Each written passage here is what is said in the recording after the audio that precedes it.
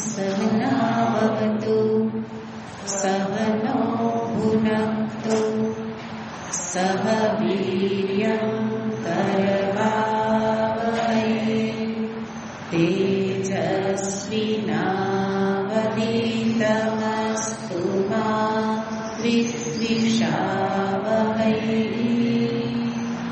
ॐ शान्ति शान्ति शान्तिः। शङ्करं शङ्कराचार्यं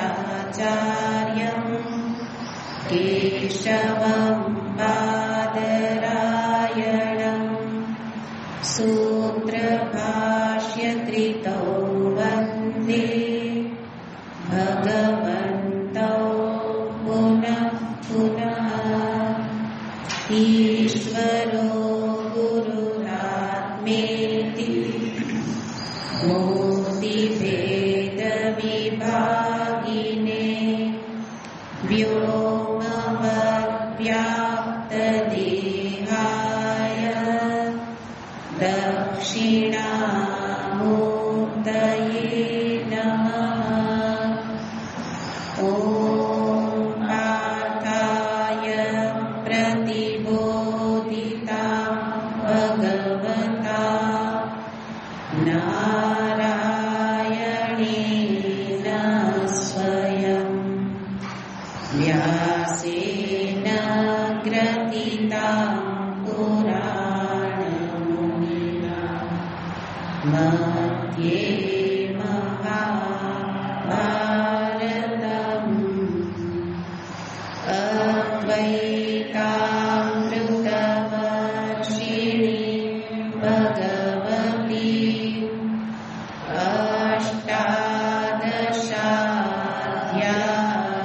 अष्टादशाध्यायिनीम् अम्ब त्वामनुसन्ततामि भगवद्गीते भवद्वेषिणीम्।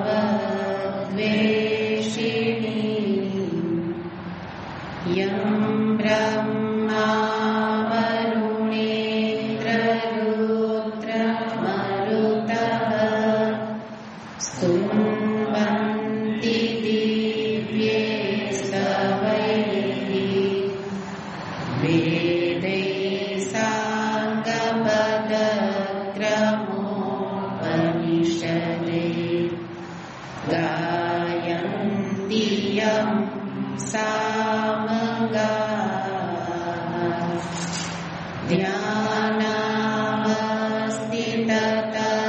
ध्यानावस्थिततद्गतेन मनसा पश्यन्ति यं योगिनो यस्यान्तं न विदुःसुरासुरगणा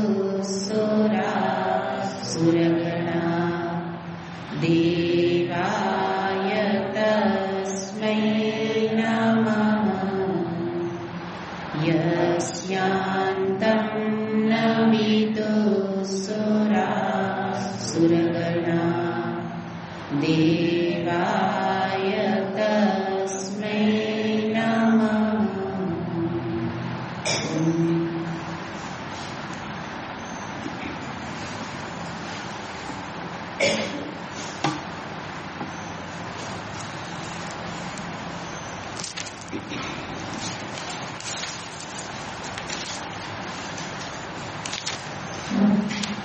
અઢારમો અધ્યાય 17મો શ્લોક.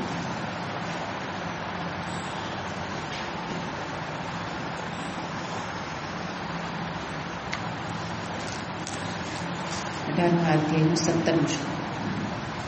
શ્રી ભગવાનુવાચ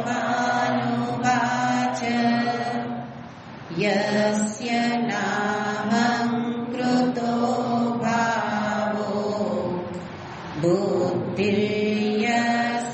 ન લિપ્યતે હત્વાપि સ ઇમાન લોકાન ન હન્તિ ન નિબધ્યતે જ્ઞાનં જ્ઞેયં પરિજ્ઞાતા ત્રિવિધા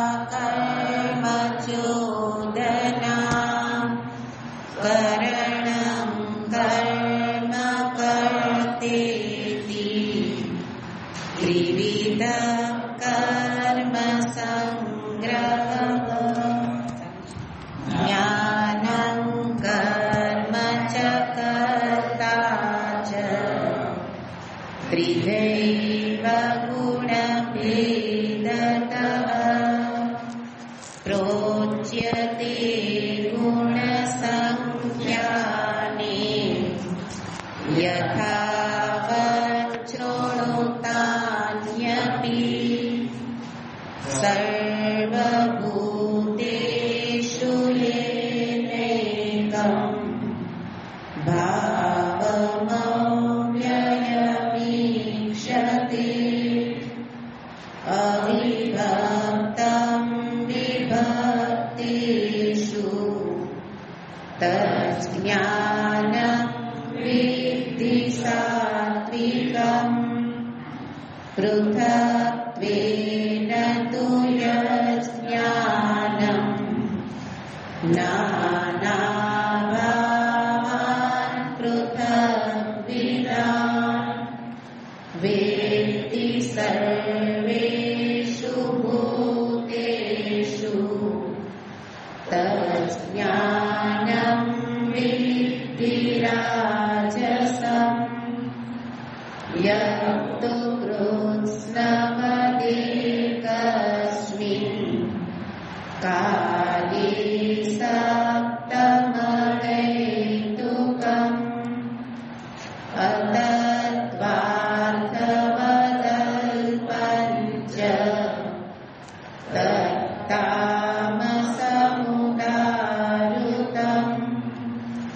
નિયતં સંગરહિતम् અરાગદ્વેષતકૃતम् અફલપ્રેપ્સુના કર્મ યત્તત્ સાત્વિકમુચ્યતે યત્તુ કામેપ્સુના કર્મ સાહંકારેણ વા પુનઃ ક્રિયતે બહુલાયાસં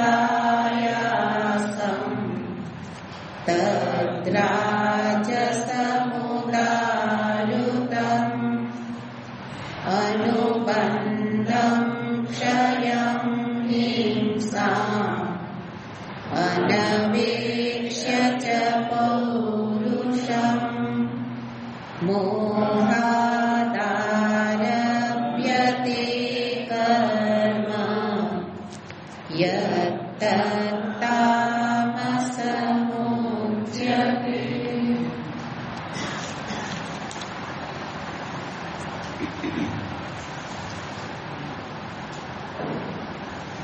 ગીતાજીનો 18મો અધ્યાય અને ખાસ કરીને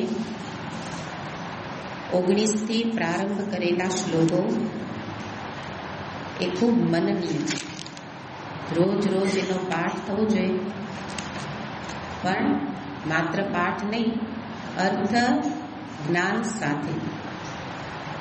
એટલા માટે શ્લોકો સમજ્યા હોય પછી પાઠ કરીએ તો પાઠના એટલે શ્લોકોના અર્થ મનમાં ઉદ્ઘાટિત થાય અને યાદ અપાવે કે મારે કરવાનું શું છે અને છોડવાનું શું છે. તો એના માટે સરસ વિચાર ભગવાન કરાવે છે 3 વિષયોનો. એના માટે પ્રતિજ્ઞા કરી જ્ઞાનમ કર્મ ચ કર્તા ચ. એ આગળના શ્લોકમાં જે પ્રતિજ્ઞા કરી છે 19મા શ્લોકમાં એને જ ભગવાન અહીંયા વિસ્તારથી સમજાવે છે. એટલે આપણે શું સમજીએ છીએ, સત્સંગ શેનો ચાલે છે ને એ વિષય આપણા મનમાં સ્પષ્ટ હોવો જોઈએ કે અહીંયા વાત કોની કરે છે. 3 પ્રકારના જ્ઞાન, 3 પ્રકારના કર્મ અને 3 પ્રકારના કર્તા.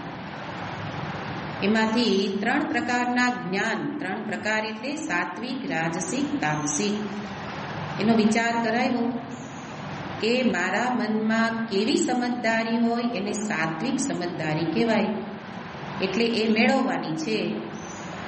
અને રાજસિક તામસિકને છોડવાની છે. તો સાત્વિક યાદ રાખીએ એટલે બીજું છૂટી જાય. અભેદ દર્શન એ જ સાત્વિક સમજદારી છે. એનાથી આગળ એવી સમજદારી હશે તો વ્યક્તિ કર્મ પણ સાત્વિક કરશે, અથવા જે કરશે તે બની જશે સાત્વિક. ખરેખર સાત્વિક કર્મ કરવાના નથી એને. એટલે જુઓ કે આપણા મનની બધી ભ્રમણાઓને ભગવાન પોતે દૂર કરે છે. આપણે સીધું સાત્વિક કર્મ કરવા લાગ્યા, પણ ભગવાન કહે છે કે સાત્વિક બનો, પછી કર્મ થશે એ સાત્વિક જ હશે. એટલે અહીંયા સાત્વિક કર્મને બતાવ્યું. નિયતમ કર્મ કુરુ, નિયત કર્મને કરો. તો નિયત કર્મ એનો વિસ્તારથી આપણે અર્થ જોયો, અને બધાના વિસ્તાર યાદ ન રહીએ તો દરેક વખતે આપણે સમરી કરીએ છીએ કે એક એક શબ્દમાં યાદ રાખો. સાત્વિક જ્ઞાન, અભેદ જ્ઞાન.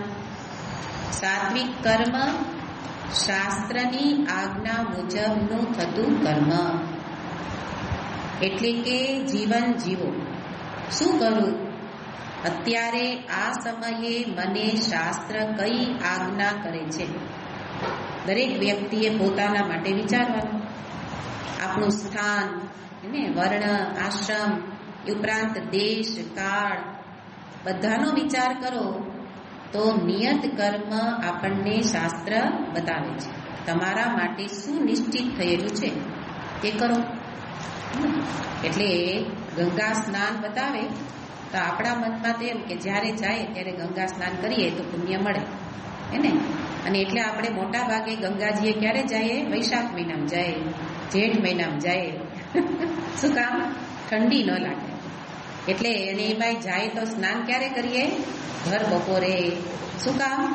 તો કે શરીરને અનુકૂળ આવે એમ કરાય. એ નિયત કર્મ નથી. નિયત કર્મ તો શાસ્ત્ર કહે છે માઘ માસે પ્રાતઃ કાળે કરેલું ગંગા સ્નાન એ ઉત્તમ પુણ્યદાયી છે એને. એટલે તપ. નિયત કર્મ એટલે કાંઈ એમાં કાંઈ મનગમતું કર્મ નહીં હોય, કષ્ટ ઉઠાવવું પડશે તો જ નિયત કર્મ હે ને. કર્તવ્ય કર્મ, નિયત કર્મ એમાં કષ્ટ હોય જ, પણ આગળ ભગવાન બતાવવાના છે. 18મો અધ્યાય એટલા માટે બહુ સુંદર છે, જીવન જીવવાની પ્રેરણા આપે છે. તો આગળ બતાવશે કે અત્યારે ભલે કષ્ટ ઉઠાયું, પણ એ અત્યારે વિષ જેવું લાગે છે, પછીથી એ ફળ અમૃત રૂપી ફળ મળશે. તો જે કરે એને એટલા માટે નિયતમ કર્મ કુરુ કહ્યું. અને સાથે ક્યાં સુધી? નિયત કર્મ અત્યારે છે, ક્યાં સુધી? મારા માટે આ નિયત કર્મ ક્યાં સુધી? તો એ કાળે બતાવે. તો ત્યાં આ સ્થાનમાં કયું કર્મ ક્યાં કાળે કરવાનું? પ્રાતઃ કાળે કીધું હે ને. તો એવી રીતે બધી વસ્તુનો વિચાર કરે ત્યારે નિયત કર્મ નિશ્ચિત થાય. એટલે કહેવામાં આવે ને, આપણે 4 વર્ણ આશ્રમ જોયા હતા. તો કે ગ્રહસ્થી માટે અર્થો ઉપાર્જન ક્યાં સુધી? ગ્રહસ્થી છો ત્યાં સુધી. ગ્રહસ્થીનો અર્થ એવું નથી કે પતિ પત્ની જીવે છે ત્યાં સુધી. આપણે શું અર્થ કર્યો કે છેડા છેડી બાંધેલા છે ત્યાં સુધી અમે ગ્રહસ્થી. એ શાસ્ત્ર નથી કહેતા ને. એટલે આ તામસિક કર્મમાં જશે. અર્થ ઉપાર્જન આપણે બતાવ્યું જ છે કે નહીં તો સમયગાળો આપી દીધો, 50 વર્ષ ગણી લ્યો હે ને. અથવા લગ્ન મોડા થયા છે તો પેલા પુત્રના વિવાહ થાય ત્યાં સુધી. તો કે હવે તો લગ્ન હારો 40 વર્ષે કરે.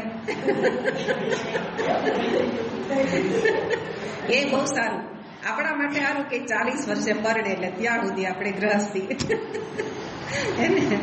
પણ એ બધી વસ્તુનો ભગવાન કે હું જરાય એમ તમે તમારા મનની જે આ બધી કે ને કે બધા બાના, એ હું બાના બધા જોવ જ છું, પણ નિશ્ચિત પોતે કરે. અને એવી રીતે ગ્રહસ્થાશ્રમ હે ને, તો એમાં એવી રીતે નોકરી, અર્થ ઉપાર્જન. તો આજ્ઞા કરી કે 58 વર્ષ કે 60 વર્ષ પછી તમને ઉતારી દેવામાં આવતા.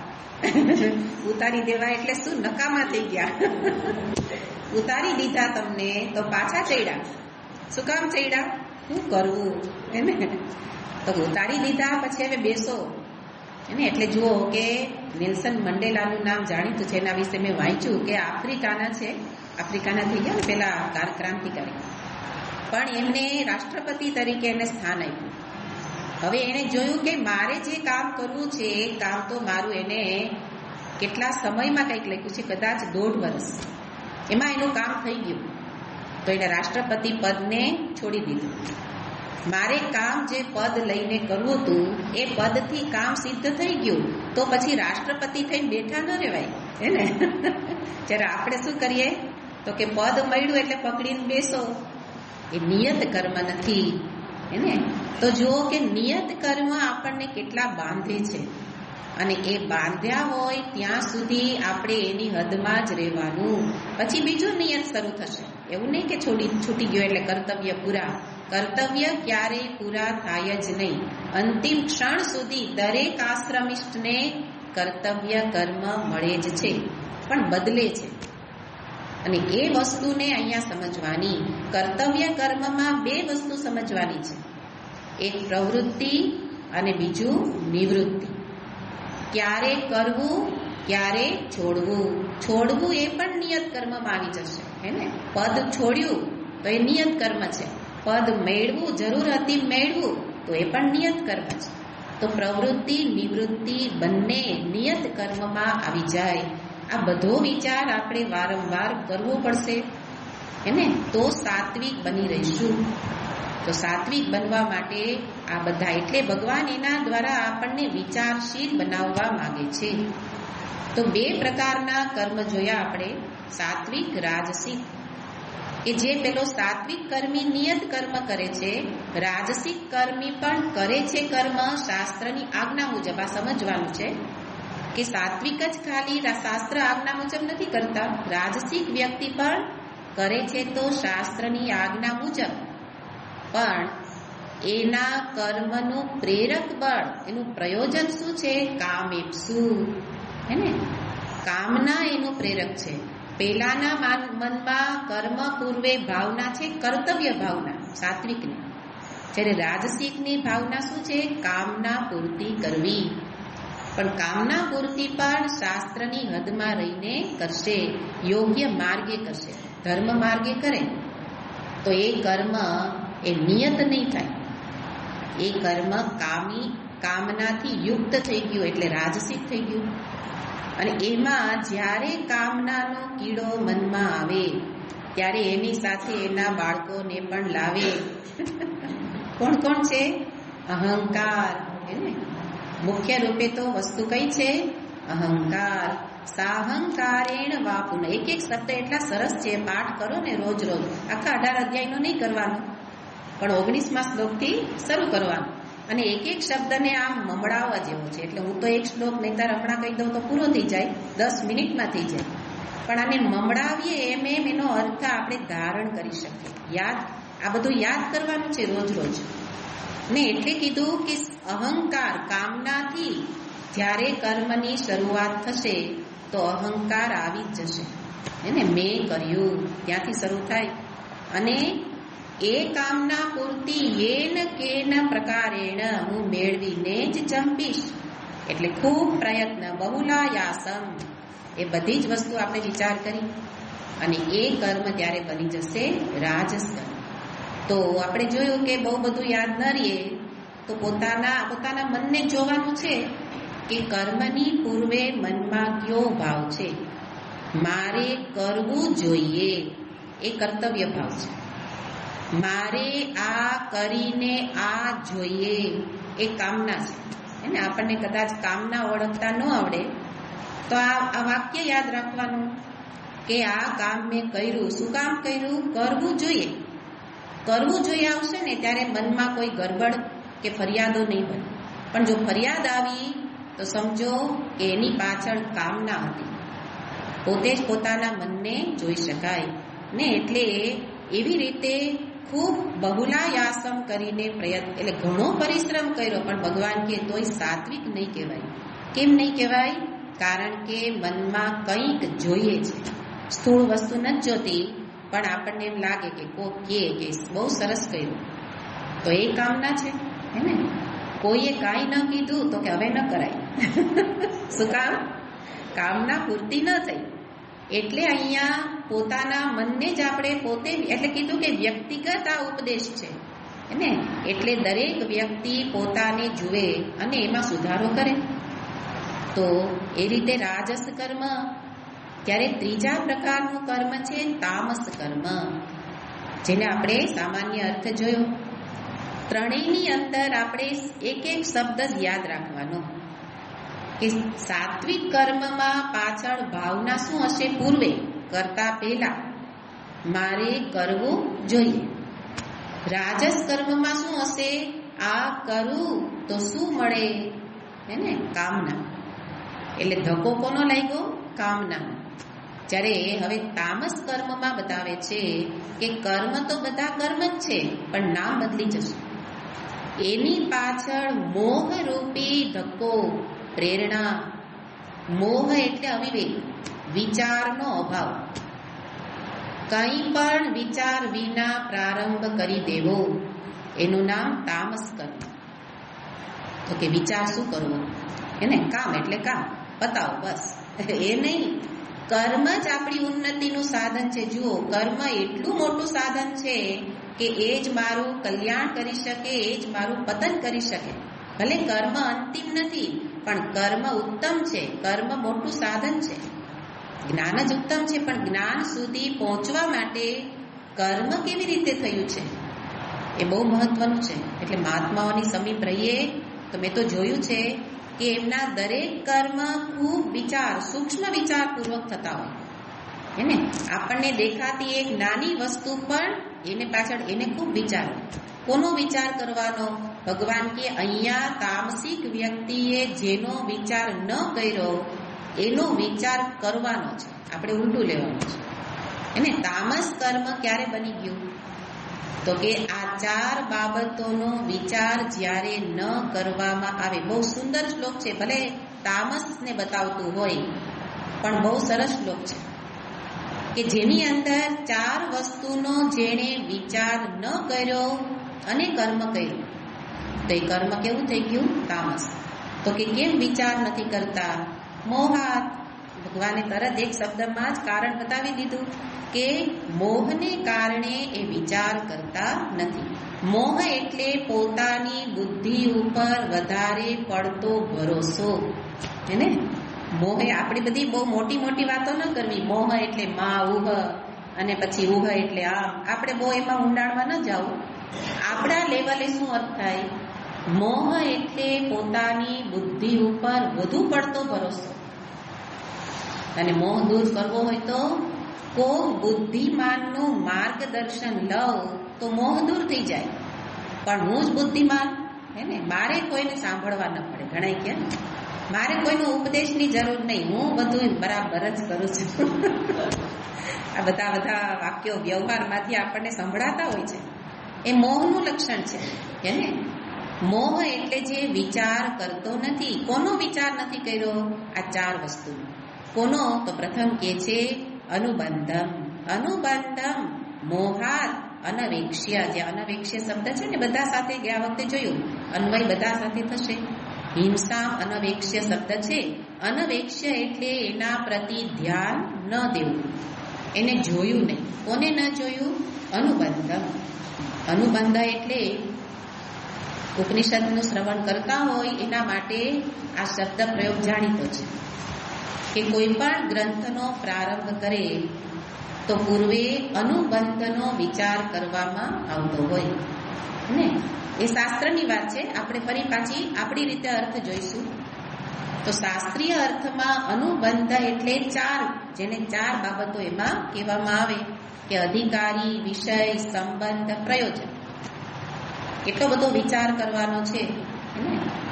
પહેલા આ કર્મની પૂર્વે આ વિચાર જેણે કર્યો નથી. કેમ ન કર્યો?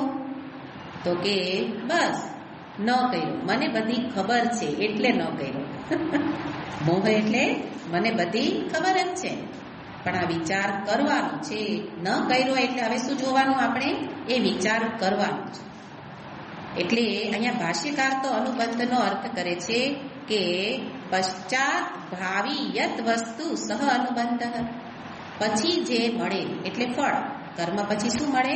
ફળ.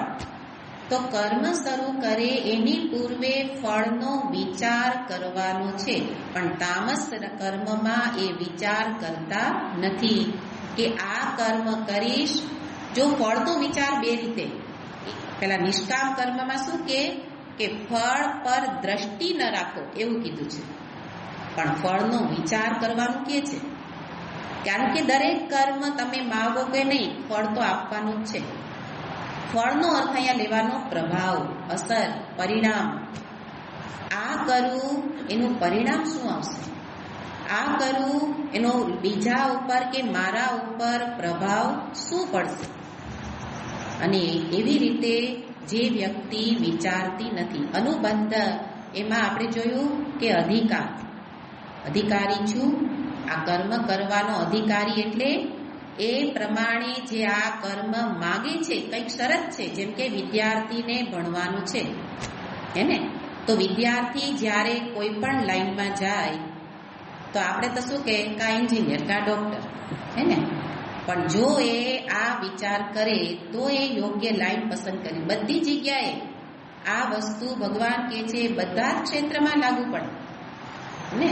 તો વિદ્યાર્થી જ્યારે ભણે ત્યારે અનુબંધનો વિચાર શું કરે કે હું આ લાઈનમાં જવા માંગુ છું, પણ મારામાં એનું અધિકારીત્વ છે, હું એને લાયક છું, મને એ આવડશે હે ને, એ વિચાર કરે. સાથે સાથે એમાં જે કાંઈ સાધન સામગ્રી જોઈશે ભણવા માટે, ખર્ચ કેટલો થશે, કેટલા પુસ્તકો, ક્યાં જવું પડશે, રહેવું પડશે, આ બધી વ્યવસ્થા આપણે સરસ રીતે કરી શકશું. આ વિચાર કરવાનો બધો વિચાર એને અધિકારી, વિષય, સંબંધ, એનું જે ફળ મળશે, કર્મ કરે એને ફળ મળશે હે ને, તો એની સાથે મારો સંબંધ કે એની અસર મારા જીવનમાં શું થશે, એનાથી આગળ જવાશે કે પાછળ જવાશે, આ બધો વિચાર કરવો પડે. એવી રીતે કોઈ પણ નાનું એવું કર્મ પણ બધા વિચારની માંગણી રાખે હે ને. ઇવન આધ્યાત્મિક જીવન જીવવું હોય તો પણ અનુબંધનો વિચાર કરવો પડે, એને તો અધ્યાત્મ જીવન જીવી જ ન શકાય. અધ્યાત્મનો અર્થ છે બહાર કાંઈ ફેરફાર નહીં.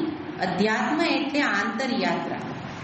હું આ આંતરયાત્રા અંદર મારે જોવું છે હે ને, તો એના માટે શરતો છે. મન સાત્વિક છે હે ને, આપણે સાત્વિક કર્મ કર્યા છે, સાત્વિક જ્ઞાન છે, સાત્વિક કરતા છું, ન હો તો બનવું પડશે. નહીં તો આપણે તો કોને આધ્યાત્મિક જીવન કીધું? દાન, પુણ્ય, જપ, તપ, સેવા હે ને. એ કર્મ આપણે હમણાં જ જોયું, કોઈ કર્મ સાત્વિક નથી. કર્મને સાત્વિક બનાવવું પડશે. હવે આપણે ધારો કે જપનો ટાર્ગેટ રાખ્યો, અથવા અમુક ગ્રંથ અભ્યાસનો ટાર્ગેટ રાખ્યો, પાણીની વ્યાકરણ ભણવું છે એને, પણ એકડોય આપણે ભણ્યા નથી અને કે ના મારે પાણીની ભણવું જ છે, તો એનો અર્થ શું થાય? પહેલા મને અક્ષર જ્ઞાન જોઈએ. કદાચ ગીતાજીનો શ્રવણ બધા કરી શકે, પણ જ્યારે કોઈ ભાષા ભણવી હોય તો એની પૂર્વે શરત છે એને. એવી રીતે બધો વિચાર દરેક કર્મમાં જે વ્યક્તિ કરે ત્યારે એક મૂળ અર્થ છે અનુબંધનો પ્રભાવ, કે કર્મ પૂરું થાય પછી એની અસર શું થશે. દરેક કર્મ કાયિક, વાચિક, માનસિક, કોના ઉપર કેટલી અસર પડશે હે ને. આ વાક્ય હું બોલું એનાથી મારા મન ઉપર શું અસર પડશે, બીજાને શું અસર થશે હે ને. આ બધો પ્રભાવ જે જુએ તો દરેક વ્યક્તિના દરેક કર્મ, વ્યક્તિગત કોઈ કર્મ હોતું જ નથી. દરેક કર્મ સમષ્ટિ વાતાવરણને અસર કરનારું જ છે. એટલા માટે જ્યાં રહીએ ત્યાં કર્મ કરનારી વ્યક્તિના આધારે ઘરનું વાતાવરણ બને. તો જુઓ કે જે કરો છો એની અસરો બહાર થાય છે, એટલે બધી અસરોનો વિચાર કરવો પડે અને પછી કરવું. કોઈ પણ કર્મ એ રીતના પ્રભાવનો વિચાર કરીને કરવું ત્યારે અહીંયા કહે છે કે અનુબંધનો વિચાર કરેલો કહેવાય. અને એવી રીતે વિચારપૂર્વક જે વ્યક્તિ કરે તો અનુબંધ અનુબંધમનો સામાન્ય અર્થ કે કર્મ પછી એની અસર શું થશે એનો વિચાર કરે, પરિણામનો વિચાર કરીને શરૂ કરો, ત્યારે અડધા ભાગના કર્મ તો છૂટી જ જશે. કે આ કર્મ નિરર્થક જ લાગશે એટલે થશે જ નહીં. તો અનુબંધનો વિચાર જે કરતા નથી અને બોલવું, ચાલવું, હરવું, ફરવું, કરવું બધું વિચાર વિના કરીએ તો આના માટે કે છે ભવિષ્યનો વિચાર. તો અનુબંધનો વિચાર એટલે દૂરદર્શી, પરિણામદર્શી, ને જે દૂરનું જોઈ શકે, કર્મ પછીને જે જોઈ શકે એ પ્રકારે જે કરે પણ જે નથી કરતા તો એ કર્મ થઈ ગયું તામસ કર્મ. એટલે વિદ્યાર્થીનું દ્રષ્ટાંત આપ્યું કે પછી એ ભણવાનું શરૂ કરે તો કા અડધેથી છોડી દેવું પડે અથવા તો કરે તો પણ યોગ્ય જગ્યામાં એ અર્થ ઉપાર્જન યોગ્ય રીતે ન કરી શકે. કેમ ન કરી શક્યા? કારણ કે પૂર્વે આ વિચાર્યું નહોતું કે આનું ફળ શું પ્રાપ્ત થશે. અનુબંધમ અને એની સાથે કે છે ક્ષયમ. ક્ષયમ એટલે ક્ષયમ અનવેક્ષ્ય, આ કર્મથી શું ક્ષય થશે ને? તો કર્મ હોય ત્યારે કંઈક ત્યાગ તો થવાનો જ છે. દરેક કર્મ ત્યાગ કરાવે જ છે.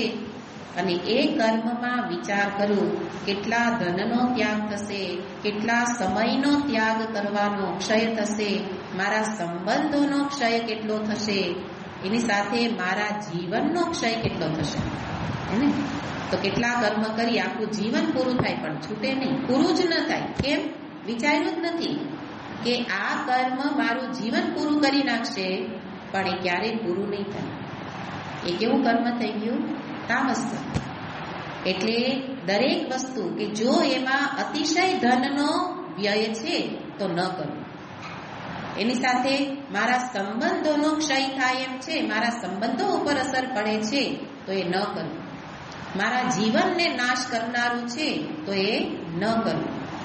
વિચાર કરે તો અટકી જાય પણ વિચાર વિના આપણે જીવન પૂરું થાય ને પણ કર્મ પૂરા ન થાય. કારણ કે મોહાત વિચાર વિનાના થયેલા અવિવેકને કારણે થયેલા કર્મ છે. એટલે અહીંયા કહે છે કે કેટલો ભોગ, જમા ઉધાર પાસું, બે વિચાર, એનાથી કેટલું મળશે અને કેટલો ક્ષય થશે. એને કોઈ પણ મૂડી રોકાણ કરે તો એ વિચાર ન કરે તો ધંધો ખોટમાં જ જાય, આપણે જાણીએ છીએ. જેણે વિચાર્યું કે આનાથી ક્ષય તો થશે જ એટલે કાંઈ કોઈ કર્મ છોડી દેવાનું નથી, પણ ક્ષય ઓછો હોય અને જમા પાસું વધુ હોય તો એ કરે. પણ જેમાં માત્ર ક્ષય જ છે એને તો એ કર્મ ન કરે. અને જો એ છતાંય કરશે તો એ કર્મ થશે તામસ કર્મ. ને અત્યારે જુગાર, દારૂ જે બધું વધ્યું છે ને એની પાછળ જુઓ કે પિતા પૂર્વે જ્યારે ડ્રિંક લે એની પૂર્વ વિચારતા નથી ને કે આ મારા જીવનનો ક્ષય કરનારું છે. જો વિચારે તો અટકી જાય પણ નથી વિચાર્યું એટલે કર્મ કેવું કહેવાય? તામસ કર્મ. તો એ તો ખાલી આપણને દેખાતું તામસ કર્મ છે પણ આપણા તો દરેક નાના નાના કર્મ એ જીવન પૂરું કરે છે એને પણ કાંઈ હાથમાં આવતું નથી. ક્ષય જ ક્ષય છે. હાથમાં શું આવ્યું તો કે થોડું ધન, એ પણ મળે કે ન મળે એમાંય પાછો સંઘર્ષ હે ને. એટલે ખરેખર વિચાર કોનો કરવાનો હોય? આ કર્મથી મારા ચિત્તમાં શાંતિ જળવાઈ રહેશે, શાંતિનો કેટલો ક્ષય થશે એ વિચારવાનું. જો એનાથી શાંતિ ન રહે તો એ તામસ કર્મ છે. આ બધો ક્ષય વ્યય છે ને એ તો કદાચ ઓછો વધુ હોય પણ એક જ વિચાર કરવાનો કે જે કરું, બોલું, ચાલું, હરું, ફરું, કરું, ધન કમાવ, કાંઈ પણ કરું, એ જો મને શાંતિ નથી આપતું તો એ કર્મ ક્યાં જતું રહેશે? તામસ. કારણ કે આપણે શાંતિનો ક્ષય કરી દીધો, શાંતિના ભોગે આપણે કર્મ કર્યું તો એ ધન મારા શું કામનું છે ને? એના કરતાં ધન છોડો પણ શાંતિ ન છોડો તો એ સાત્વિક થઈ જશે. જ્યારે બીજાને ધન જોઈએ છે પણ અશાંતિ હાલે છે તો કે જો કરો પણ એ કર્મ કેવું થયું? તામસ કર્મ. તો જોઈએ છીએ કે ધન ખૂબ છે પણ શાંતિ નથી, અને જેની પાસે ધન ઓછું છે પણ શાંતિ ઘણી છે. કારણ કે એણે વિચાર્યું હતું કે આમાં ક્ષય કોનો છે. જો શાંતિનો ક્ષય છે તો ગમે તેવું કર્મ છોડવા તૈયાર થઈ જાય એ સાત્વિક કર્મ હશે. તો આ બધો વિચાર એટલા માટે આ 4 વસ્તુ બહુ વિચારવી પડે એમ. અને એવી રીતે ક્ષયમ અનવેક્ષ્ય, પણ જે ક્ષયનો વિચાર ન કરે તો કે છે એ એમાં જશે. અહીંયા ભાષ્યકારે તો 2 વસ્તુ બતાવી છે. એક તો શક્તિ ક્ષય અને અર્થ ક્ષય. ખૂબ શક્તિ વેડફાય છતાંય હાથમાં ઓછું આવે તો એ કર્મ તામસ કર્મ થશે.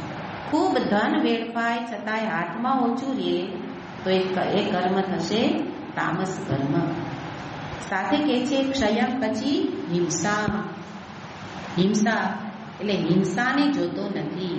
3 પ્રકારે હિંસા કરીએ છીએ ને, કાયિક, વાચિક અને માનસિક. તો 3 પ્રકારની હિંસામાં જોવાનું કે કોઈ પણ કર્મ હોય એમાં કોકની તો હિંસા થવાની જ છે. હિંસા એટલે કોકની પાસેથી કામના પૂર્તિ કરવી હોય તો એકની પાસેથી જૂટવો પછી જ મને મળે, આ નિયમ છે. એટલે કામના પૂર્તિમાં જ નહીં પણ નાના મોટા દરેક કર્મમાં આપણાથી અજાણતા પણ હિંસા થાય જ છે. તો પૂર્વે વિચારું કે ઓછામાં ઓછી હિંસા, સંપૂર્ણ અહિંસક તો કર્મ હોય જ નહીં એને. સર્વારંભા હિ દોષેણ ધૂમેન અગ્નિર્વાવૃતા. સર્વ કર્મ ભગવાન કે છે દોષ યુક્ત જ હોય.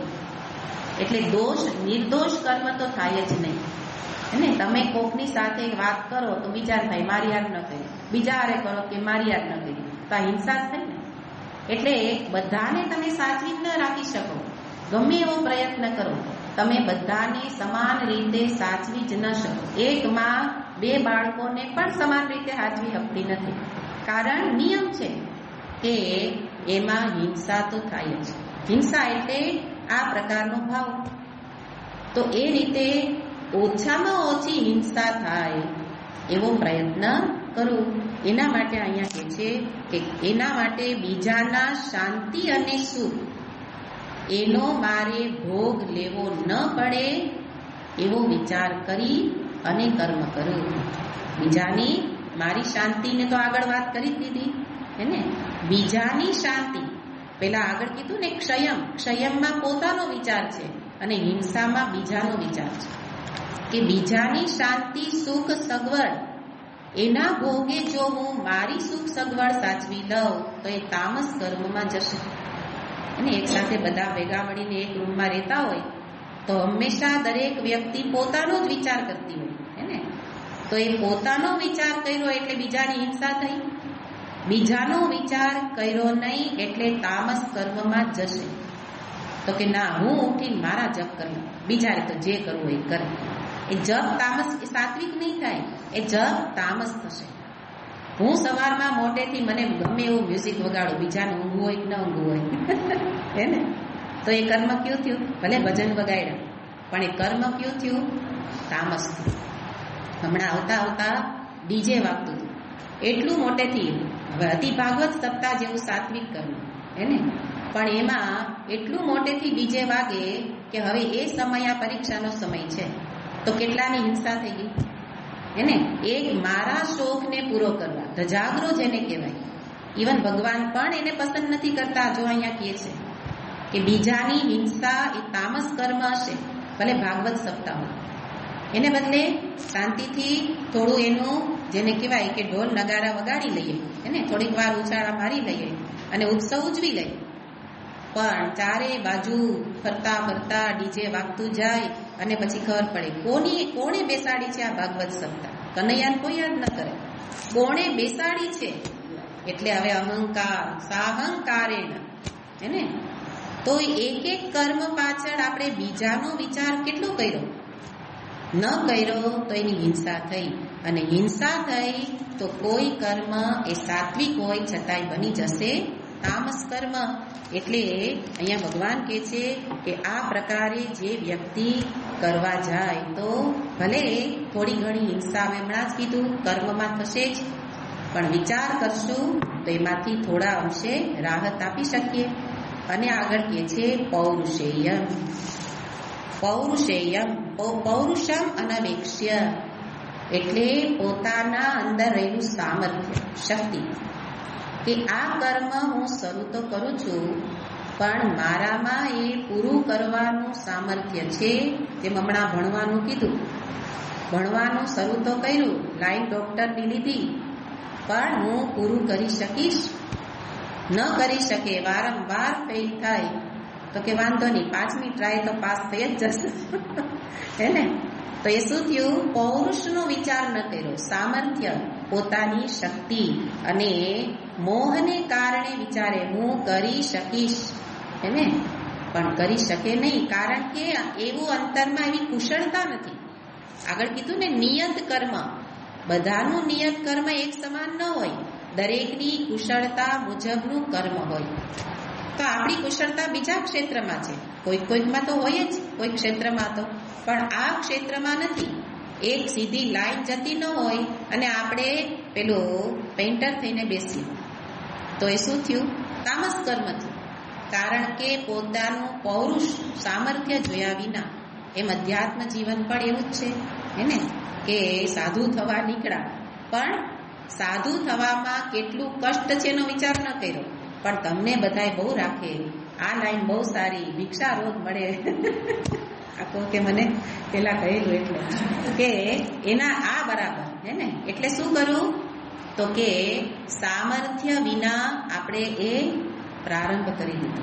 તો કર્મ પૂર્વે બતાવે છે, કર્મ પૂર્વે પ્રારંભ કરતા પહેલા આ વિચારવાનું છે કે આ કર્મ અંત સુધી પહોંચશે કે નહીં. અને ન પહોંચે, કેમ ન પહોંચે? સામર્થ્ય વિના પ્રારંભ કરેલો હતો. તો પૌરુષેય એનો વિચાર ન કરે, અને ત્યારે આ 4 વિષયમાં જે વિચાર નથી કરતો, તો ભગવાન કહે છે કે હું એનાથી ખુશ થતો નથી.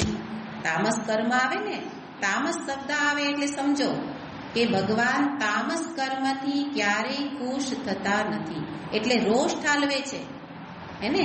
રોષ ઠાલવીને આપણને કે ને કે એક પ્રકારે ઠપકો આપી અને કહે છે કે માટે આનો વિચાર કરો, આ 4 વસ્તુનો વિચાર કરો. એનો અર્થ કોણ કરી શકશે? મોહ નહીં હોય તો. મોહથી આ 4 વિષયનો વિચાર નથી થતો, એટલે કે મોહને દૂર કરો. મોહ દૂર કરવા શું કરવાનું? વિચાર, વિવેક, વિવેક બુદ્ધિ જગાડો.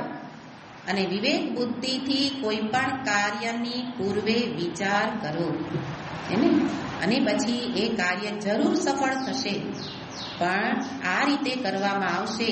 એટલે કે મોહને કારણે કરવાને કે ત્યારે સમજવાનું, આપણી રીતે ગુસ્સામાં આવીને, ક્રોધમાં આવીને, આવેશમાં આવીને, હે ને, આપણે શરૂ કરી દઈએ અને પછી પરિણામ ખબર જ છે આપણને. તો આવેશાત્મક કર્મ એ તામસ કર્મમાં જશે. એટલે કોઈ પણ કર્મ પૂર્વે મનને શાંત રાખી અને વિચારવું, અને પછી જ્યારે કરું ત્યારે એ કર્મમાં સફળતા પ્રાપ્ત થાય. તો ભગવાન અહીંયા બતાવે છે કે આવી રીતે 3 કર્મ, જુઓ કે 3 શ્લોકોમાં ભગવાને ક્રિયાપદ અલગ અલગ વાપરેલું છે. આ બધી વસ્તુઓ પણ થોડું ધ્યાન દેવા જેવું છે કે સાત્વિક કર્મમાં ભગવાને કહ્યું હતું ક્રિયતે, હે ને?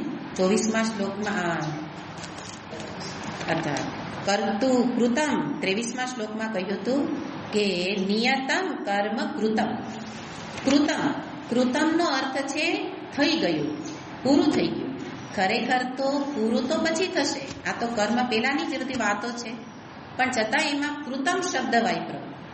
એનો અર્થ ભગવાન ગેરંટી આપે છે કે આ પ્રકારે શાસ્ત્રની આજ્ઞા મુજબ જીવન જીવે તો સમજો કે એનું કર્મ સફળ નિશ્ચિત છે. સાત્વિક કર્મ હંમેશા સફળ કહેવાય. સફળતાનો માપદંડ બહારની વસ્તુથી નથી. સફળતા એટલે અંદરની, હમણાં જ કીધું, શાંતિ ને સ્વસ્થતા જેને કહેવાય. તો એ કૃતમ, ભગવાને ત્યાં શબ્દ વાપર્યો ક્રિયાપદ, કે એનું કર્મ સફળ જ સમજો. એ થઈ ગયું, પૂરું થઈ ગયું સમજો, પૂરું થશે જ એમ. જ્યારે બીજા રાજસ કર્મમાં કીધું ક્રિયતે. ક્રિયતે એટલે ભગવાને ત્યાં કહે છે કે કરે છે, એના વડે થાય છે.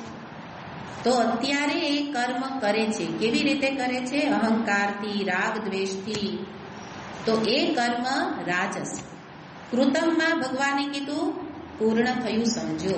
આ કર્મમાં બે બાજુ છે, થાય પણ ખરું, ન પણ થાય, હે ને? જ્યારે તામસ કર્મમાં શબ્દ પ્રયોગ શું કર્યો? આરભ્યતે, હે ને? એટલે ભગવાન એના એક એક ક્રિયાપદને અધીન આપણને અર્થ બતાવી દીધો. મોહાત આરભ્યતે. આરભ્યતે એટલે આરંભ જરૂર કરે છે, પણ પૂરું થવાનું કોઈ ગેરંટી નહીં. કારણ કે પૂરું થવા માટેની જે આ શરતો છે એ શરતનો ભંગ થઈ ગયો, વિચાર્યો નહીં. વિચાર વિનાનું કર્મ એને પૂરું થયું કહેવાય નહીં. પૂરુંનો અર્થ શું? સફળ. કામ તો પૂરું થાય, એને ભણવાનું હમણાં કીધું તો ભણવાનું તો પૂરું થાય, પણ એમાં સફળતા ન મળે. સફળ થવું એને ભગવાન કહે છે કર્મ પૂરું થયું કહેવાય, હે ને? એવી રીતે હમણાં આપણે સાધુની વાત કરી કે અધ્યાત્મ જીવન છે તો એને સાધુ જીવન પસંદ કર્યું. તો ક્યારે એ થશે? સાધુ જીવનમાં નિયતમ કર્મ કરું તો કૃતમ, તો એ જીવન સફળ થશે.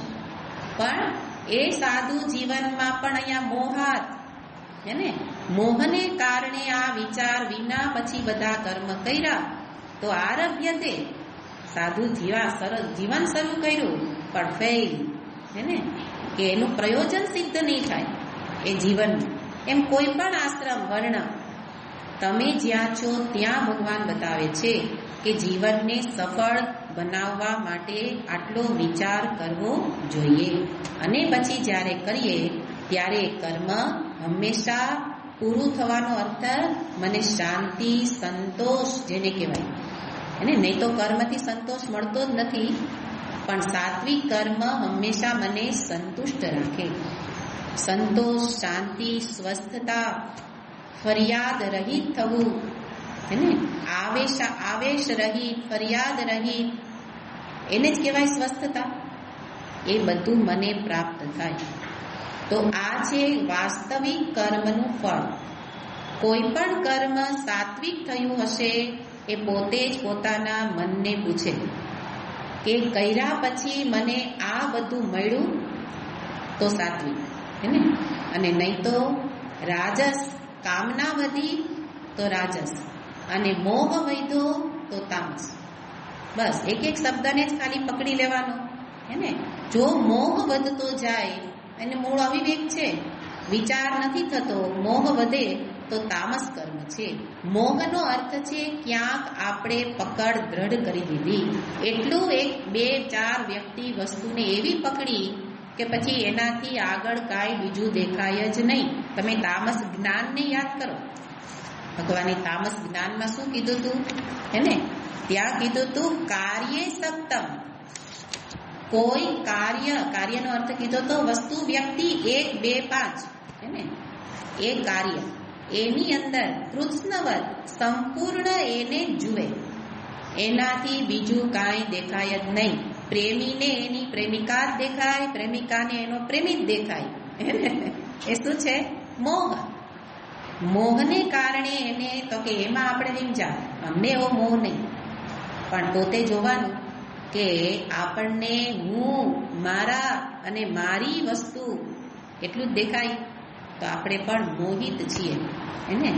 માટે ભગવાન આપણને જગાડે છે કે મોહિત છું તો એમાંથી બહાર નીકળો. સીધું સાત્વિક નથી થતું તો કાંઈ વાંધો નહીં, કામના સાથે કરો, પણ આ વિચાર કરીને, અને વિચાર સાથે સાથે શાસ્ત્રની આજ્ઞા મુજબ કામનાની પૂર્તિ કરવી. ધર્મના માર્ગે કામ પૂર્તિ કરતા કરતા અંતે નિષ્કામ થવાનો પ્રયત્ન કરતા રહીએ. ત્યારે આપણે આ જ કહેવાય એક પ્રકારની ઉન્નતિ, હે ને? બહારથી ઉન્નતિ તો આપણે જોઈએ છીએ કે પ્રગતિ બહુ કરી, પણ પ્રગતિથી જે અંતરમાં મળવું જોઈએ, શાંતિ, સંતોષ, એ તો બધું આપણે ક્ષય, ભોગ આપી દીધો. અને એ રીતે ભગવાન આપણને એક પ્રકારે જાણે કે ઢંઢોળે છે કે આપણે કેટલા પાણીમાં છીએ, એને ક્યાં ઊભા છીએ અને કેવી રીતે આગળ વધવાનું છે. તો એક એક શબ્દને યાદ રાખવાનો અને એનાથી આપણે પોતાને જાતને જોવાનો પ્રયત્ન કરવાનો. તો ભગવાને અહીંયા બતાવ્યું કે આ છે તામસ કર્મ. હવે ભગવાને પ્રતિજ્ઞા કરી હતી જ્ઞાનમ કર્મ ચ કર્તા ચ. તો હવે કોને વારો આવ્યો કહેવાનો? કર્તા. 3 પ્રકારના જ્ઞાન બતાવ્યા, સાત્વિક, રાજસિક, તામસિક, જેને આપણે એક એક શબ્દમાં જોયા હે ને. કે સાત્વિકને યાદ કરો કે અભેદ દર્શન, સર્વમાં એક પરમાત્માનું દર્શન કરવું. ભેદ દર્શન તો રાજસિક, અને 1, 2, 5નું જ દર્શન તો તામસિક. એને આપણે જ્યાં છીએ એમાંથી દ્રષ્ટિને વિશાળ બનાવવાની છે. એનાથી આગળ એ દર્શન હશે તો એવું કર્મ થશે. એને એટલે સાત્વિક કર્મમાં શું કીધું? નિયતમ કર્મ, શાસ્ત્રની આજ્ઞા મુજબનું કર્મ. આપણે પંચયજ્ઞ વારંવાર કહીએ છીએ, ગૃહસ્થી તરીકે પંચયજ્ઞ. તો સવારથી શરૂ કરી શ્રવણ એ પહેલું કર્તવ્ય છે, બ્રહ્મયજ્ઞ. એને એ ન કરીએ અને બીજું બધું કરીએ તો એ નિયત કર્મ નથી. બ્રહ્મયજ્ઞ, ભૂત, પંચભૂતોનો વિચાર. જુઓ કે આપણા વિચારમાં બધાને લઈએ સમાવિષ્ટ કરીને. 5 ભૂતોનો વિચાર, એને ઋષિનો વિચાર, સાથે સાથે અતિથિનો વિચાર અને પિતૃઓ પોતાના વડીલોનો વિચાર. એક મારા વિચાર સિવાય બધાયનો વિચાર. આપણે શું કરીએ? એક મારો જ વિચાર, બીજા કોઈનો વિચાર નહીં. એટલે ભગવાન આપણી દ્રષ્ટિને વિશાળ આવી રીતે બનાવે છે કે આનો વિચાર કરો, હે ને. એટલે મારો વિચાર તો એ બધા કરશે, પણ આપણે પોતાનો વિચાર કરીએ ને એટલે પછી આપણો વિચાર કોઈ ન કરે. એટલે અહીંયા બતાવે છે એ રીતે સાત્વિક કર્મ. રાજસ કર્મમાં જોયું એને કે શું કરવાનું છે એની અંદર, તો હમણાં જ બતાવ્યું કે કામના જેની પ્રેરક છે. પેલામાં નિયત કર્તવ્ય બુદ્ધિ, અહીંયા કામના, અને તામસની અંદર મોહ, વિચારનો અભાવ. અને એટલે વિચારશીલ બનો કહેવાનો અર્થ છે શાસ્ત્રને જાણો અને એ મુજબ વિચાર કરી અને કર્મ કરો.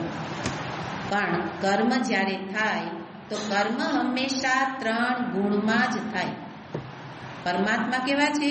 નિર્ગુણ. નિર્ગુણ પરમાત્મામાં કોઈ કર્મ નથી, એ તો અકર્તા છે. પણ આખું જગત 3 ગુણનું બન્યું છે, એટલે કર્મ હંમેશા 3 ગુણમાં જ થશે. એટલે કોઈક ને કોઈક ગુણનો આપણે આધાર લઈને જ કરશું અને એવા આપણે કર્તા બની જઈશું. એટલે હવે ભગવાન 3 પ્રકારના કર્તાની ઓળખાણ આપે છે કે સાત્વિક કર્તા કોને કહેવાય? કર્તા એટલે કરનારો વ્યક્તિ. એટલે હવે આખા વ્યક્તિત્વનું નામકરણ કરે છે કે હું મને જો સાત્વિક માનું છું તો ભગવાનની વ્યાખ્યામાં ફીટ બેસતા હોય તો સાત્વિક છું. ભગવાન વ્યાખ્યા કરે છે એટલા માટે આ 26મો શ્લોક જે ખૂબ સુંદર શ્લોક છે અને એવા આપણે બનવાનું છે. એવું વ્યક્તિત્વ મારું બનવું જોઈએ. અને એમાં જુઓ કે બધામાં એક સાત્વિકની અંદર એક શબ્દ કોમન છે. આ બધા શ્લોકોનું તમે વિવરણ કરો ને તો એક કોક શબ્દ એમાંથી સરખા આવતા હોય. તો સંગ શબ્દ વારંવાર આવે છે એને, અને અહીંયા પણ પ્રથમ શબ્દ જ કીધો મુક્ત સંગ. આગળ પણ સાત્વિક કર્મમાં કહ્યું હતું કે જે સંગ રહિત છે એને અસક્તમ, સક્ત નથી. એ રીતે અહીંયા આગળના શ્લોકો સાત્વિક કર્મના છે એની અંદર તમે જુઓ તો આ બધી જ વસ્તુ સમાન રીતે જોવા મળશે. તો નિયતમ સંગ રહિતમ આગળ કીધું હતું, અને અહીંયા પણ શું કહે છે? મુક્ત સંગ. તો ભગવાનને અકળામણ કોનાથી છે? સંગથી. સંગ એટલે ક્યાં ચીપકી ગયા છો? કરવો જ હોય તો કરો સત્સંગ, હે ને.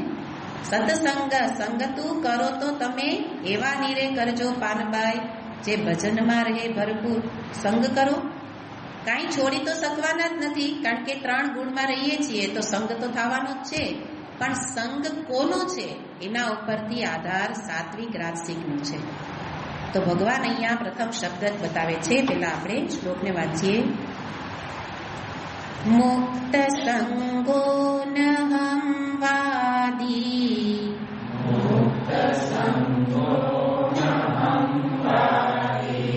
ધૃત્યોત્સાહ સમન્વિતઃ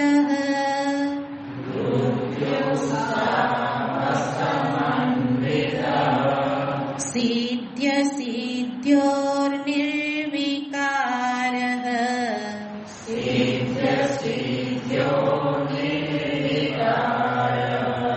કર્તા સાત્વિક ઉચ્યતે.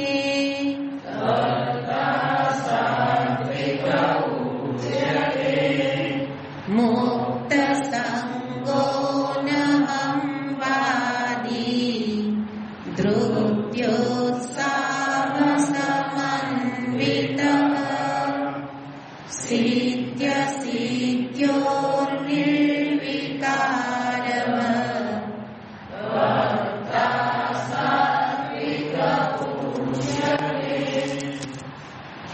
કર્તા સાત્વિક કર્તા ઇતિ ઉચ્યતે. આને સાત્વિક કર્તા કહેવાય. આ વ્યક્તિ સાત્વિક કહેવાય. કોને કહેવાય? તો કે જે કર્મ કરે એની પાછળ એની ભાવના કેવા પ્રકારે છે. તો કે છે પ્રથમ લક્ષણ આપે છે મુક્ત સંગઃ. મુક્ત એટલે પરિત્યક્ત. ભાષ્યકાર કે છે પરિત્યક્ત સંગઃ યેન સહ. જેનાથી સંગ છૂટી ગયેલો છે. પરિતઃ ત્યક્ત સારી રીતે સંગ જેનો છૂટી ગયેલો છે. સંગ આસક્તિ, ક્યાંક ને ક્યાંક સખ્ત થઈ ગયા. સંગ એટલે છોડવાની વાત નથી. જ્યારે છોડવામાં આવે તો એમાં કષ્ટ પડે, પણ જે વસ્તુ છૂટી જાય તો જુઓ કે આંબા ઉપરથી કેરી પડે અથવા તો પેલું બીલું, બીલીપત્રમાંથી, બીલીના ઝાડમાંથી બીલું છે ને તોડાય નહીં, બીલું પાકે ત્યારે પડે. કોઈ પણ ફળની નિશાની પાકે એટલે એ પડી જ જાય. અને એ પાકેલું હોય એને એની મેળે ખરી પડે. એવી રીતે પરિત્યક્તનો અર્થ સંગ છે, આસક્તિ કયો, સંગ કયો, એ ક્યાંય છોડવાનો નથી. પણ મન તમારું પરિપક્વ થાય, સમજુ બને એટલે પછી બધા જ નિરર્થક સંગ છૂટતા જાય. હે ને? આ બધા નિરર્થક સંગની વાત છે કે જે મારા માટે જરૂરી નથી એવા બધું છૂટી જશે. એટલે અહીંયા શબ્દ કર્યો પરિત્યક્ત. મુક્ત સંગ. હવે એને કોઈ સ્થાનમાં મન સંગ નથી પામતું. એટલે ધારે તો પણ ક્યાંય હવે એટલું કે નહીં, એટેચમેન્ટ જેને કહેવાય, જોડાણ. બધા સાથે વ્યવહાર થાય પણ ક્યાંય જોડાઈ ન જાય. એને આપણે જોવાનું તો ટ્રેનનું ઉદાહરણ હંમેશા આપતી હોઉં કે ટ્રેનમાં ગયા અને એવા જોડાઈ ગયા કે આપણો સ્વભાવ જ છે જ્યાં કોઈક સાથે બેસીએ ઉઠીએ એટલે તરત સંબંધ. સમ્યક બંધન છે. એ સંબંધ શું છે? આપણે સંબંધ બહુ સારા કહીએ પણ એનો અર્થ સમજો. સમ્યક બંધન એ એવું બાંધે કે પછી બીજું કાંઈ ન દેખાય, સંબંધ જ દેખાય. ભગવાન એનાથી નારાજ છે. ભગવાને જીવન દરમિયાન કેટલા સંબંધો સાથે વ્યવહાર કર્યો પણ કોઈ સંબંધમાં સંગ નતો થયેલો. સંબંધ છોડવાના નથી, સંગ છોડવાનો છે. પણ આપણા માટે સંબંધની સાથે સંગ થઈ જ જાય છે. એટલે આપણા માટે સંબંધ મર્યાદિત હોય. તો અહીંયા કે છે છૂટી ગયા, કારણ એનાથી મારે જોઈએ છે એ મળી શકે એમ નથી, એટલે છૂટી જશે. છોડવા નહીં પડે. નહીં તો આપણે છોડવા જઈએ તો કષ્ટ પડે. કોઈને છોડી ન શકીએ તો સમજો કે હજી પરિપક્વ નથી. તો સંગ મુક્ત સંગ અનહમ વાદી. મુક્ત સંગ અનહમ વાદી ન અહમ વદનશીલ. અહીંયા ભગવાન ભાષ્યકાર અર્થ એકદમ એમાં એક શબ્દ એવો ઉમેરી દે કે આપણી જે અમુક ધારણા હોય ને એ બધી છૂટી જાય. અહીંયા કે છે અનહમવાદી એટલે અહમ અહમ એવું કહેતો નથી. પણ વ્યવહારમાં આપણે પહેલા જોયું હતું કે કોઈ વ્યવહાર હું બોલ્યા વિના થાય નહીં. હું બોલીએ તો જ વ્યવહાર થાય ને. હું આમ છું, હું આમ કરું છું, હું તો બોલવું પડશે. એટલે અહીંયા ભાષ્યકારે એક શબ્દ ઉમેર્યો, શીલઃ. જેનો એવો સ્વભાવ છે દરેકમાં પોતાને જ શ્રેષ્ઠ ગણવો, એને અહમ વદનશીલઃ, આવો સ્વભાવ બની ગયો છે કે બીજાના કામને જોવું જ નહીં, પોતે જ ક્રેડિટ લેતા રહીએ. એને મેં કર્યું, આ મેં કર્યું એવું જેને અન એટલે નથી. અહીંયા અનહમ કીધું છે. અહમવાદી તો મેં કર્યું, અનહમ એટલે મેં કર્યું એવો જેને ભાવ નથી. અને સાથે તોય કરશે. નહીં તો આપણે કે મેં નથી કર્યું તો મારે શું કામ કોઈ કામ કરવાનું, હે ને? આમાં કાંઈ આપણી પ્રશંસા ન થાય તો આપણે શું કામ કરવાનું? તો કે તોય કરશે. કરશે ત્યારે એના ચિત્તની સ્થિતિ કેવી છે? ધૃતિ, ઉત્સાહ, સમન્વિત, જાણે દોડે, એને દોડી દોડીને કરે. તો કે હું કામ આટલું દોડો? તમને કાંઈ મળે છે? એને માતાજી તમને પૂછે છે શું કામ દોડો છો? મૂકી દો, હે ને? એટલે આપણો ઉત્સાહ ગયો. શું કામ? તો કે આપણને કાંઈ મળે, આપણો સ્વભાવ છે. કાંઈક મળે, પૂછે તો દોડવાનું, બાકી ન મળે તો શું હવે? નહીં. સાત્વિક વ્યક્તિનું લક્ષણ છે. એમ એટલા માટે સાત્વિક વ્યક્તિનો પહેલો ગુણ છે મારે શું કરવાનું છે, એને તો જ એની ધૃતિ, ઉત્સાહ જળવાઈ રહેશે. આપણે એના વિશે વિચારશું, આના ઉપર બહુ વિચાર કર્યો છે મહાત્માઓએ, કારણ કે આ લક્ષણો આપણા ચિત્તમાં લાવવાના છે. તો ધૃતિ, ઉત્સાહ તો મળે. કામના હશે તો ધીરજ રાખશું ને ઉત્સાહી રહેશે. પણ અહીંયા તો નિષ્કામ કર્મની વાત છે. નિષ્કામ કર્મમાં ધૃતિ, ઉત્સાહ રહે જ નહીં. થોડો વાર કરીએ છૂટી જાય, કરીએ ને છૂટી જાય. શું કામ છૂટી જાય છે? કારણ કે એની પાછળ સમજદારી નથી. ધૃતિ ઉત્સાહથી કરશે અને છતાંય ફળ તો મળશે ને. કર્મ કરે છે તો ફળ તો મળશે. તો કે ફળ મળશે, બે પ્રકારમાંથી કોઈ પણ મળશે, સિદ્ધિ અસિદ્ધિ. પણ નિર્વિકાર. એને સારું કોઈ કે તો કે બરાબર, ખરાબ કે તોય બરાબર. કારણ એની દ્રષ્ટિ કર્મ ઉપર જ છે. મારે શું કરવાનું છે? આ વાક્ય મને બહુ ગમે. એટલે મને તો આ વાક્યથી જ જીવનમાં જાણે કે કર્મ કરવામાં એક પ્રકારનો આનંદ આવે. કર્મ વખતે જ આનંદ, પછી કોઈ મળે ન મળે, એને તો સાત્વિકતામાં આનંદ છે. ભગવાન આપણને કરતી વખતે કેવી રીતે આનંદ મળે એ શીખવે છે. પણ એના માટે અંતરમાં સંપૂર્ણ રીતે પોતાની ધારણાઓ, માન્યતાઓ, આગ્રહો એને બધાને દૂર કરવા પડશે. નહીતર આ સમજદારી અંદર ટકશે નહીં. અને આ સમજદારીથી જે કર્મ થયું એનું નામ કેવું થયું? સાત્વિક કર્મ. પણ એક એક શબ્દનો અર્થ આપણે વિસ્તારથી જોઈશું. ઓમ પૂર્ણમદ પૂર્ણમિદં પૂર્ણાત પૂર્ણમુદચ્યતે પૂર્ણસ્ય પૂર્ણમાદાય પૂર્ણમેવાવશિષ્યતે. ઓમ શાંતિ શાંતિ શાંતિ. હરિ